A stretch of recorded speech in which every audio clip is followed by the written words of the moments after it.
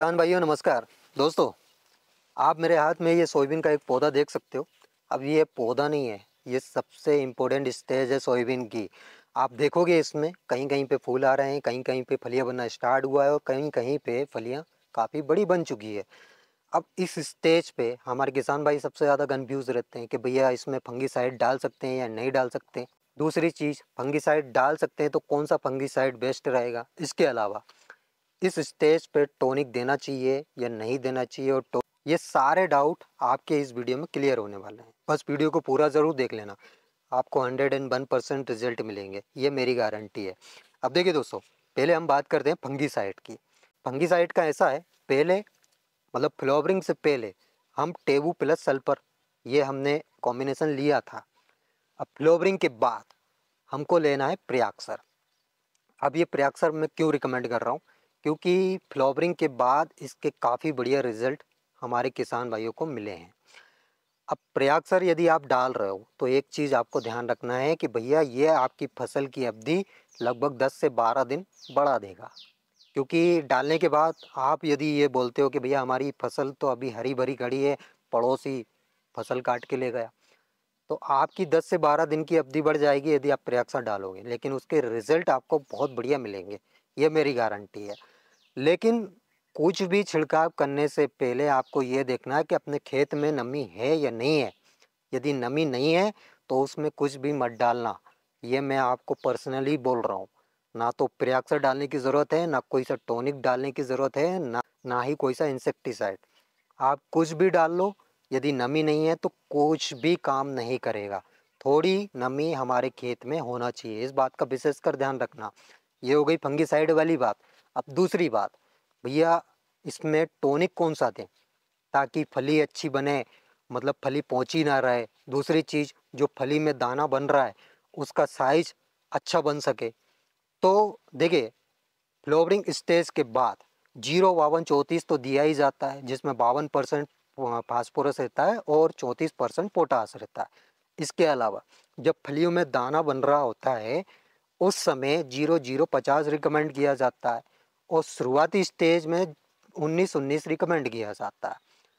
आप 0, 52, 34 इस स्टेज पे डाल सकते हो, और 0, 52, 34 के साथ आप फंगीसाइड भी प्लस कर सकते हो। इसके अलावा भाई साहब आप एक टॉनिक घर पे भी तैयार कर सकते हो, जैसे मैंने किया है। आप देख सकते हो यह टॉनिक, इसको रखे हुए लगभग 7 दिन हो चुके हैं, और 7 दिन में ये एकदम फर्स्ट क्लास तैयार हो गया है। अब इसमें मैंने पर पंप के हिसाब से 250 ग्राम गुड़ लिया है। इसके अलावा 200 ग्राम मैंने इसमें डीएपी लिया है, 100 ग्राम मैंने इसमें यूरिया लिया है, और 1 लीटर इसमें मैंने गौमूत्र मिलाया है। आपको ये सब कुछ मिलाने के बाद अच्छे से घोल तैयार कर लेना है। और ये जो आप देख रहे हो ये 10 लीटर का घोल है, और 10 लीटर मतलब 1 एकड़ के लिए मैंने इसको बनाया है, सिर्फ और सिर्फ प्रैक्टिकल करने के लिए। आप प्रैक्टिकल कर सकते हो। मैंने पिछली बार भी इसका प्रैक्टिकल किया था, जिसका मेरे को बहुत बढ़िया रिजल्ट मिला था। मतलब आप यदि मार्केट से टॉनिक ला रहे हो वो आपको हज़ारों रुपए के पड़ेगा, जिसमें माइक्रो मैक्रो न्यूट्रिएंट्स के नाम पे एनपीके और यही सब रहता है। और जो टॉनिक आप देख रहे हो इसमें वो सभी पोषक तत्व मिलेंगे जो सोयाबीन के पौधे को चाहिए। आपको 7 दिन तक क्या करना है, छाया वाले स्थान पर रख देना है। छाया वाले स्थान मतलब आप पेड़ के साइड में रख सकते हो। अच्छे से गड्ढा बना लेना है और उसमें आपको मतलब 7 दिन के लिए इसको रख देना है। 7 दिन बाद आप इसका छिड़काव कर सकते हो। पर पंप के हिसाब से आपको जो भी मैंने मात्रा बताई है उसके हिसाब से आपको लेना है। आपको रिजल्ट बहुत तगड़े मिलने वाले हैं।